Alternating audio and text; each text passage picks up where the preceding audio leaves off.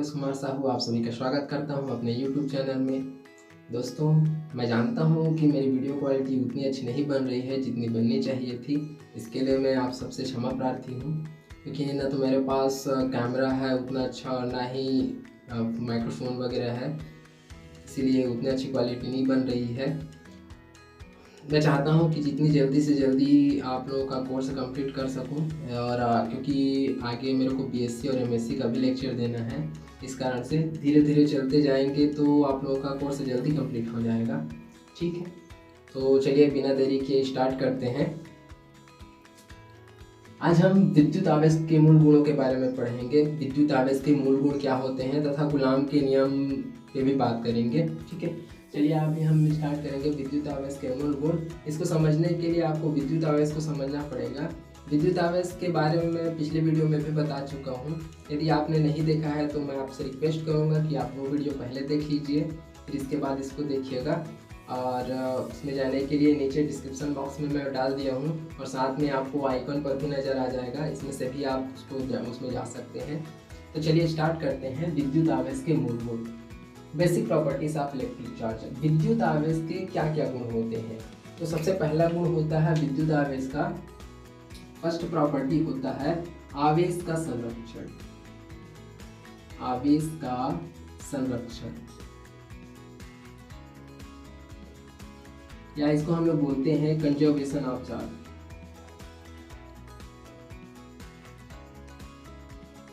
Conservation of charge. चलिए अब हम देखते हैं कंजर्वेशन ऑफ चार्ज, आवेश का संरक्षण। आवेश का संरक्षण क्या होता है?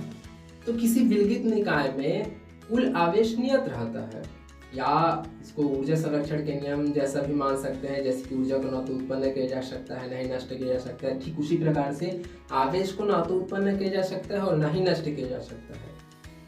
फिर आप पूछेंगे सर आपने तो पिछले वीडियो में कहा था कि आवेश को उत्पन्न किया जा सकता है। तो थोड़ा सा चेंजेस है कि किसी एकांक आवेश को आप उत्पन्न कर सकते हैं। फॉर एग्जांपल कि यदि आप केवल धनावेश को उत्पन्न करना चाहेंगे तो ये पॉसिबल नहीं है, कहीं ना कहीं ऋण आवेश भी उत्पन्न हुआ होगा। ठीक है, जैसे कि आपने एग्जांपल में देखा था कि जब भी कांच की छड़ को रेशम के कपड़े से रगड़ा जाता था तो कांच की छड़ में धनावेश उत्पन्न हो जाता था, और उतनी ही मात्रा में रेशम के कपड़े में ऋणावेश चला जाता था। मतलब जहां धनावेश होगा कहीं न कहीं ऋणावेश भी होगा, उतनी ही मात्रा में, उतनी ही क्वांटिटी में। ठीक है, तो इस प्रकार से किसी विलगित निकाय में कुल आवेश यदि आप टोटल को सम करें वो क्या होता है? नियत होता है। फॉर एग्जांपल इसी केस के बारे में बात करता हूँ। पहले जब हमने रब नहीं किया था, रगड़ा नहीं था कांच की छड़ को रेशम से, तो कितना आवेश था? 0, न्यूट्रल स्टेट पे था, 0 आवेश था। जैसे ही हम रब करते हैं उसके पश्चात कितना आवेश हो जाता है? यदि टोटल सिस्टम में लिखें जितना धन है उतना ही ऋण है, टोटल कितना हो जाएगा? 0। तो इसी प्रकार से कुल आवेश क्या होता है? नियत होता है, यही कहलाता है आवेश का संरक्षण। ठीक है, इसको नोट कर लेते हैं। आवेश का संरक्षण इस नियम के अनुसार किसी विलगित निकाय के, किसी विलगित निकाय का कुल आवेश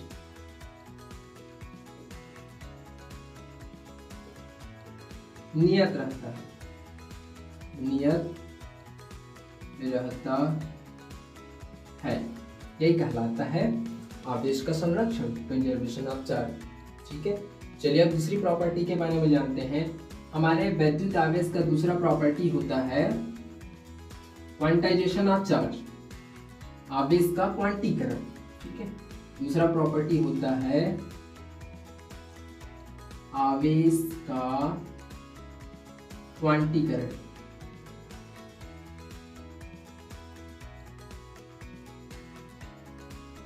या इसको हम लोग बोलते हैं क्वांटाइजेशन ऑफ चार्ज। क्या होता है आवेश का क्वांटीकरण?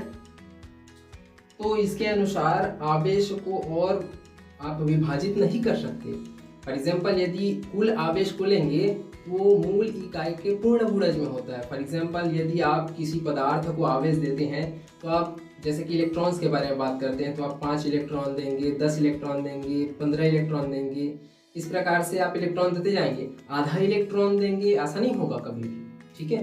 तो आप किसी भी आवेश को और विभाजित नहीं कर सकते फिर उसका जो यूनिट होता है उसको, ठीक है। तो आप जैसे कि 1 दे दिए, 2 दे दिए, 3 दे दिए, ऐसे इलेक्ट्रॉन दे सकते हैं। 3.5 इलेक्ट्रॉन दे दिए, 2.5 इलेक्ट्रॉन दे दिए, ऐसा नहीं होगा, ठीक है।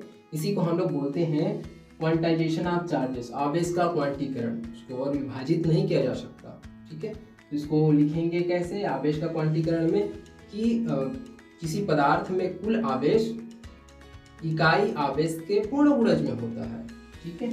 किसी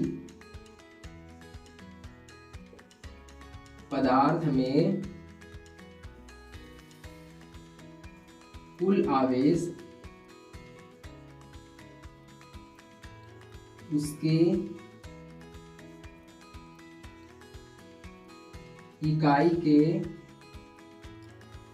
पूर्ण गुणज में होता है, पूर्ण गुणज में होता है। फॉर एग्जाम्पल मान लीजिए किसी पदार्थ में Q आवेश हो, माना किसी पदार्थ में Q आवेश हो तो Q इज इक्वल टू होता है Ne, where N is the number of electron और E एक इलेक्ट्रॉन पर कितना चार्ज होता है वो होता है E, ठीक है। और N नंबर ऑफ चार्ज, तो N का गुणा होता है, यहाँ पर पूर्ण गुणज होता है, जहाँ N क्या होता है पूर्णांक संख्या होती है, पूर्णांक संख्या होती है। For example N plus minus 1 2 3 ऐसा लिख सकते हैं, plus minus 1 plus minus 2 plus minus 3 इस प्रकार से, ठीक है। तो यदि ये जो आपका पॉजिटिव चार्ज है तो प्लस में रहेगा, नेगेटिव चार्ज है तो माइनस में रहेगा, ठीक। इस प्रकार कुल आवेश इकाई आवेश का पूर्ण गुणज में होता है, n का मल्टीप्लाई होता है। n कभी भी फ्रैक्शनल में नहीं होंगे, फॉर एग्जांपल 2.5 3.5 ऐसा फ्रैक्शनल नहीं होगा, पूर्ण गुणज में ही होगा। इसी को हम लोग बोलते हैं आवेश का क्वांटीकरण। अब हम नेक्स्ट देखते हैं, तीसरा होता है योज्यता। तीसरा प्रॉपर्टी होता है आवेशों की योज्यता।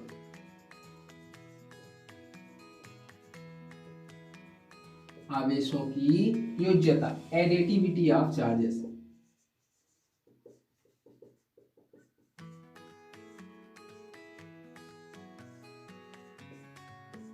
आवेश का एक और गुण होता है चार्जेस का कि उसका योग होता है। योग कैसा योग होता है तो यह होता है बीजगणितीय योग। फॉर एग्जांपल यदि आप +2 -3 इनको मिला देंगे तो हो जाएगा -1, इसको हम लोग बोलते हैं बीजगणितीय योग। वैसे ही जो चार्जेस होते हैं, आवेश होते हैं, उनका योग होता है। कैसा योग होता है? बीजगणितीय योग होता है। मान लीजिए कि +5 इलेक्ट्रॉन्स हैं और -2 इलेक्ट्रॉन है, +3 इलेक्ट्रॉन है, तो टोटल आवेश कितना हो जाएगा? टोटल कुल आवेश हो जाएगा, ये हो जाएगा 5 3 8 प्लस में है और -2 इलेक्ट्रॉन नेगेटिव है, तो कुल आवेश हो जाएगा 6 इलेक्ट्रॉन पॉजिटिव में होगा। ठीक है, इस प्रकार से योग होता है जिसको हम लोग बोलते हैं आवेश की योज्यता। तो समस्त आवेश का बीजगणितीय योग, समस्त आवेश का योग क्या होता है? बीजगणितीय योग के बराबर होता है। ठीक है, इसको हम नोट कर लेते हैं। किसी पदार्थ में कुल आवेश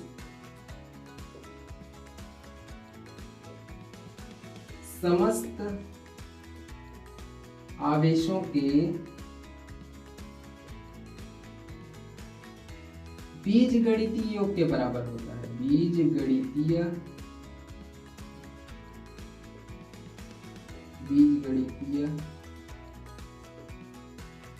योग के बराबर होता है। ऐसा योग करते हैं हम, बीजगणितीय योग करते हैं, यह आवेश की योज्यता का योग है।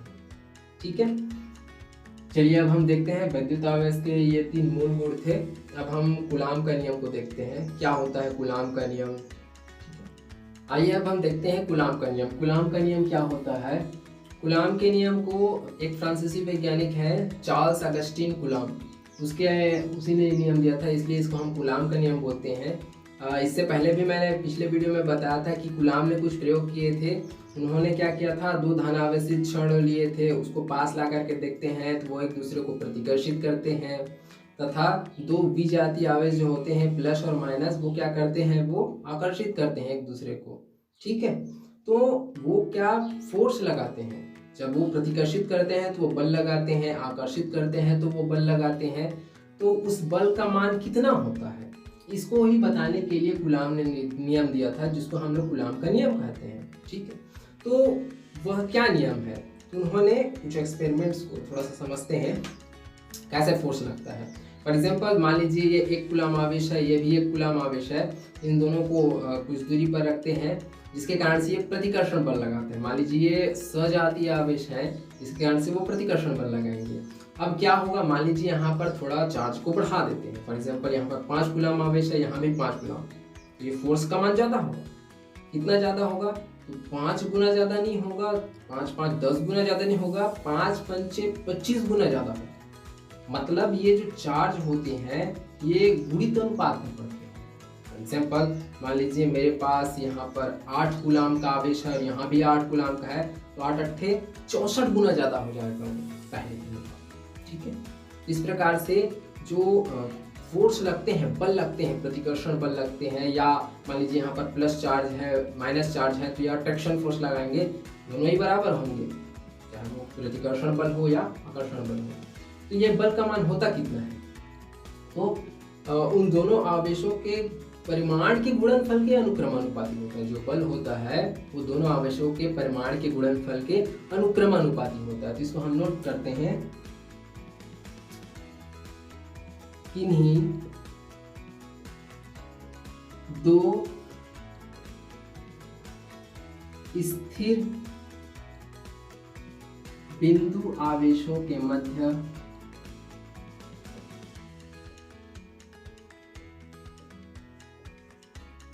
लगने वाला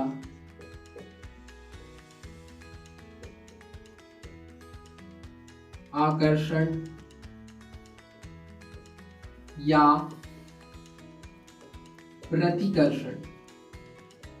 आकर्षण बल कब लगेगा, जब वो विजातीय आवेश होंगे, प्लस माइनस होंगे तो आकर्षण बल लगेगा। प्रतिकर्षण बल कब लगेगा, जब दोनों सेम प्रकार के आवेश होंगे, फॉर एग्जाम्पल प्लस प्लस हो या माइनस माइनस हो। तो किन्हीं 2 स्थिर बिंदु आवेशों के मध्य लगने वाला आकर्षण या प्रतिकर्षण बल का मान उनके परिमाण के गुणनफल के अनुक्रमानुपाती होता है। गुणनफल के अनुक्रमानुपाती होता है, अनुक्रमानुपाती होता है।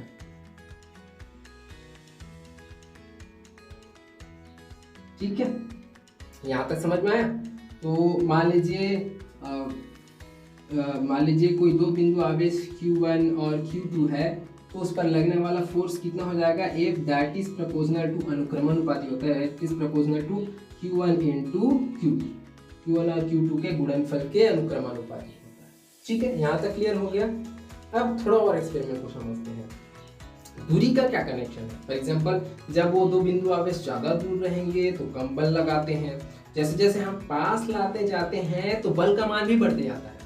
फॉर एग्जाम्पल एक कूलाम आवेश है, दोनों सजातीय आवेश है, प्लस प्लस है, जैसे जैसे पास लाते जाएंगे तो बल का मान भी बढ़ता जाता है। मतलब दूरी कम होने पे बल का मान बढ़ते जाता है। और कैसे बढ़ता है, स्क्वायर के फॉर्म में बढ़ता है, वर्ग के व्युत्क्रमानुपाती होता है। ठीक है, तो दूरी के वर्ग के व्युत्क्रमानुपाती होता है। तथा इसमें लिख लेते हैं, तथा लगने वाला बल तथा उन बिंदु आवेशों के बीच की दूरी बीच की दूरी के वर्ग के व्युत्क्रमानुपाती होता है, व्युत्क्रमानुपाती होता है। मान लीजिए उनके दोनों बिंदु आवेशों के बीच का डिस्टेंस स्मॉल r है, तो जो फोर्स होगा F that is in proportional to r square, r के वर्ग के व्युत्क्रम अनुपाती, इसलिए इसको हम कूलाम के व्युत्क्रम वर्ग का नियम भी कहते हैं। ठीक है, थोड़ा सा याद रखिएगा, ये बीच की दूरी के वर्ग के व्युत्क्रम अनुपाती होता है, इसलिए इसको हम कूलाम के व्युत्क्रम वर्ग का नियम भी कहते हैं। ठीक है, यही है कूलाम का नियम। दोनों को मिलाकर लिखते हैं, नोट कर लीजिए।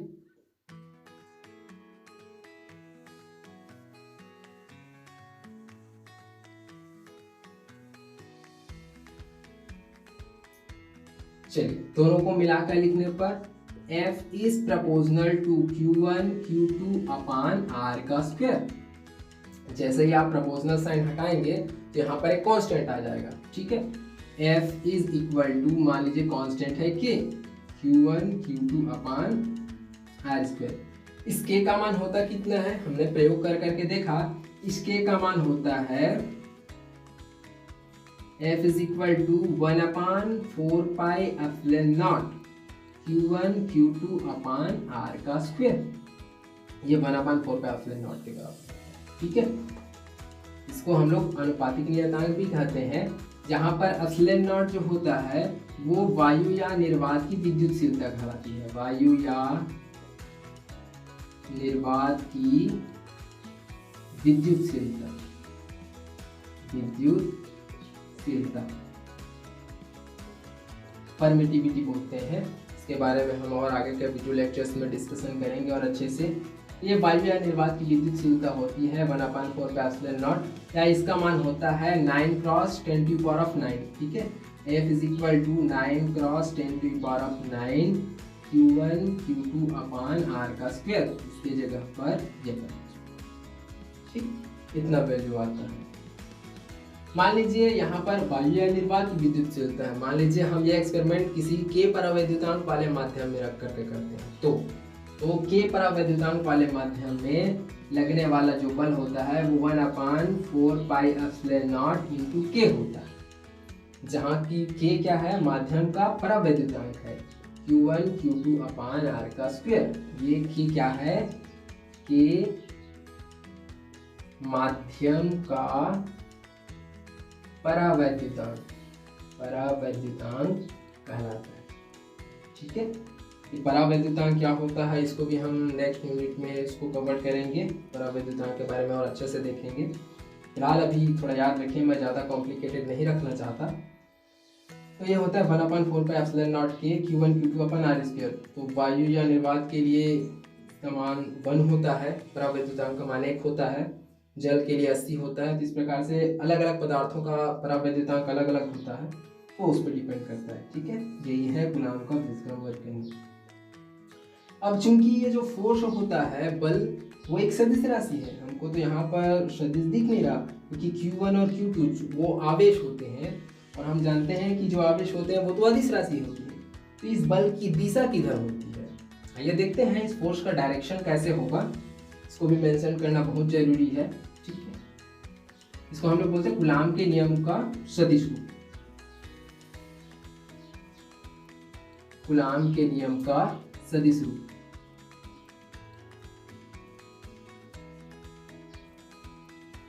चलिए, सदिश रूप में कैसे इसको डिफाइन करेंगे। मान लीजिए यहाँ पर एक चार्ज है Q1 और इससे R डिस्टेंस पर एक चार्ज है Q2, तो इस पर लगने वाला बल कितना हो जाएगा, F is equal to 1/4 pi epsilon naught Q1 Q2 upon R का स्क्वायर।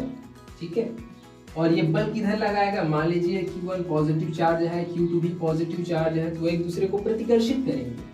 जब एक दूसरे को प्रतिकर्षित करेंगे तो ये Q1 Q2 पर बल लगाएगा, किस दिशा में बल लगाएगा, इस दिशा में बल लगाएगा। इस फोर्स को हम क्या बोलेंगे, इस डायरेक्शन पर फोर्स लगाया तो उसको हम लोग बोलेंगे फोर्स लग रहा है किस पर लग रहा है उसको पहले लिख देंगे। मान लीजिए Q1 के कारण Q2 पर लगने वाला बल, Q2 पर बल लग रहा है इसलिए F2 किसके कारण से लग रहा है, Q1 के कारण से लग रहा है इसलिए F21। ठीक है, इस डायरेक्शन पे फोर्स लगेगा। और इसमें डिस्प्लेसमेंट कितना हो रहा है, R है विस्थापन। तो जैसे आप जानते हैं विस्थापन कैसे निकालते हैं, अंतिम ऋण प्रारंभिक स्थिति, अंतिम स्थिति ऋण प्रारंभिक, ये हो जाएगा R2 माइनस R1, या आप लिख सकते हैं R21 ये है force F21 that is equal यहाँ पर R21। अच्छा, यहाँ पर वेक्टर किस डायरेक्शन पे हो रहा है, cap R21, okay, this direction R के डायरेक्शन पे हो रहा है। तो ये इसका वेक्टर फॉर्म है। अच्छा, Q1 पर लगने वाला बल कैसे निकालेंगे, सेम थिंग। Q2 के कारण Q1 पर लगने वाला बल कैसे निकालेंगे, F इस पर बल लग रहा है 1 पर, 1 किसके कारण से लग रहा है 2, तो F12 इन दिस डायरेक्शन। तो F12 इज इक्वल टू कितना हो जाएगा, 1/4 pi epsilon naught Q1 Q2 अपान R12 हो जाएगा का स्क्वायर इनटू कैप R12। ऐसा, इस प्रकार से आप कूलाम के नियम को वेक्टर फॉर्म में ऐसे रिप्रेजेंट करेंगे। ठीक है, तो ये है जहाँ पर F21 F12 के अपोजिट में है, मतलब F21 इज इक्वल टू, ये बराबर होते हैं, सेम फोर्स लगते हैं, उतना ही बल लगेगा F12 के, बट इसका डायरेक्शन क्या हो जाएगा, अपोजिट, और माइनस साइन इंडिकेट करता है डायरेक्शंस को अपोजिट। ठीक है, तो इस प्रकार कूलाम के नियम का वेक्टर फॉर्म में ऐसे लिखा जा सकता है। थोड़ा सा और देखते हैं, यहाँ पर ही हम डिफाइन कर लेते हैं कि एकांक कूलाम किसको बोलते हैं, कूलाम इकाई उसकी यूनिट्स क्या होती है। ठीक है, तो चलिए उसको भी नोट कर लेते हैं। एकांक आवेश को परिभाषित करते हैं यहाँ पर, एकांक आवेश,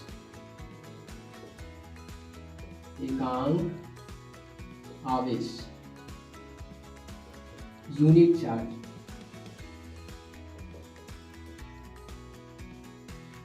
यूनिट चार्ज किसको बोलते हैं, जैसे कि अभी हमने देखा कि F is equal to 9 cross 10 to power of 9 Q1 Q2 upon R का स्क्वायर, ये था फार्मूला कूलाम का नियम। अब यहाँ पर यूनिट चार्ज किसको बोलते हैं, मतलब ये जो Q1 Q2 जो चार्ज है, दो चार्ज, इकाई चार्ज कितना होता होगा, उसको कैसे डिफाइन करेंगे। तो हम कुछ ऐसा करते हैं, Q1 और Q2 को Q के बराबर ले लेते हैं या 1 के बराबर लेंगे। तो ये 1 कब आएगा, जब R का मान 1 करेंगे और F का मान कितना रखेंगे, 9 क्रॉस 10 टू पावर ऑफ 9। मतलब यदि if F is equal to हो 9 क्रॉस 10 टू पावर ऑफ 9, इसको हम न्यूटन में मापते हैं, न्यूटन, तथा Q1 और Q2 किसके बराबर हो, Q के बराबर हो। ठीक है, तो तथा R का मान कितना हो, R इज इक्वल टू 1 हो, तो क्या हो जाएगा, ये फार्मूले पे मान रखेंगे तो F का मान है 9 cross 10 to power of 9 is equal to 9 cross 10 to power of 9 into Q upon 1 का स्क्वायर, ये हो जाएगा Q square is equal to 1, कट जाएगा Q square is equal to 1 हो जाएगा, या Q is equal to plus minus 1, ये यूनिट चार्ज हो जाएगा। ये यूनिट चार्ज आया कैसे है, तो जब बल इतना न्यूटन का हो तो तथा उनके बीच की दूरी R का मान कितना हो, 1, दूरी को हम लोग मीटर में व्यक्त करते हैं।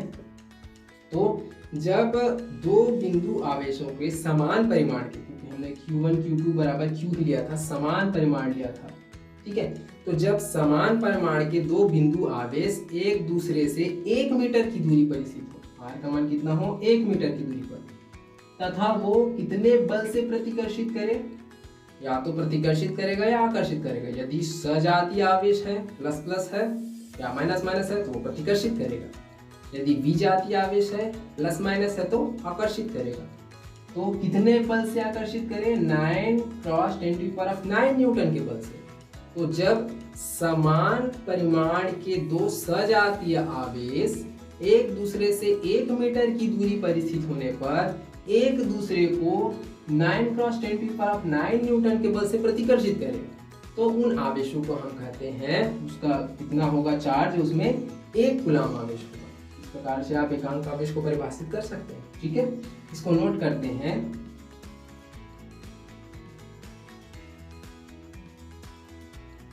जब समान परिमाण के दो सजातीय आवेश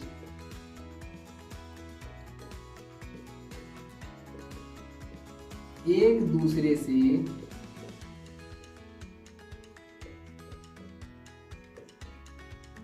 एक मीटर की दूरी पर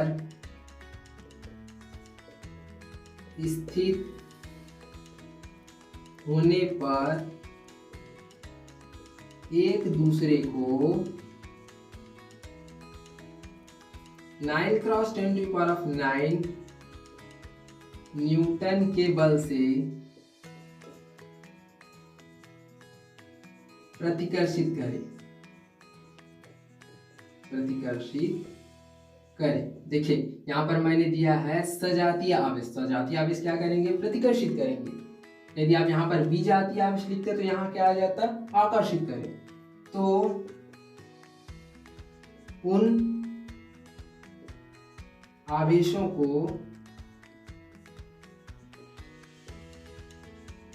एकांक आवेश कहते हैं। एकांक आवेश कहते हैं, या एकांक आवेश वह है जो एक दूसरे से 1 मीटर की दूरी पर स्थित सजातीय आवेश को 9 क्रॉस 10⁹ न्यूटन के बल से प्रतिकर्षित करे। या एकांक आवेश वह आवेश होता है जो विजातीय आवेश को 1 मीटर की दूरी पर स्थित विजातीय आवेश को 9 क्रॉस 10⁹ के बल से आकर्षित करे। ठीक है, तो इस प्रकार से आप एकांक आवेश को परिभाषित कर सकते हैं। ये भी, इसको भी लिख सकते हैं। ठीक है, अब थोड़ा सा न्यूटन के जो कूलाम के नियम है उनकी सीमाएं क्या क्या है, लिमिटेशन क्या है। तो ये जो कूलाम का नियम है वो सिर्फ बिंदु आवेशों के लिए ही सत्य है। ठीक है, स्थिर आवेशों के लिए तथा बिंदु आवेशों के लिए सत्य है। और दूसरा इसकी सीमाएं होती है, ये बहुत लॉन्ग डिस्टेंस पे अप्लाई नहीं होती है और साथ में बहुत कम डिस्टेंस पे भी अप्लाई नहीं होती है। फॉर एग्जांपल यदि इसका डिस्टेंस है 10⁻⁻15 के ऑर्डर पे, इतना मीटर के ऑर्डर पे, तो वो अप्लाई नहीं होती है। ठीक है, क्योंकि उससे और आप नज़दीक लाएंगे तो उस पर फिर न्यूक्लियर फोर्स काम करने लगता है, इसलिए कूलाम का नियम एप्लीकेबल नहीं है। तो यहाँ पर इसको भी नोट कर लेते हैं, एग्जाम्स के पॉइंट ऑफ व्यू से ये भी इम्पोर्टेंस हो जाता है। कूलाम के नियम की सीमाएं। कूलाम के नियम की सीमाएं क्या क्या बताया मैंने। पहला पॉइंट कि यह नियम केवल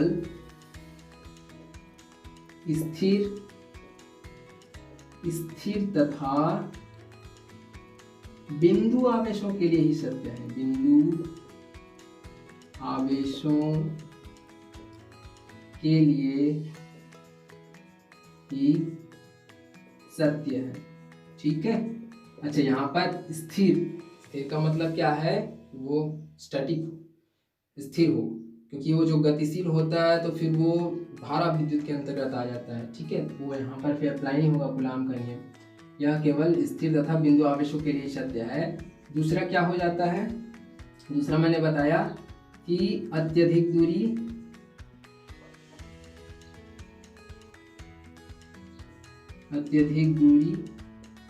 तथा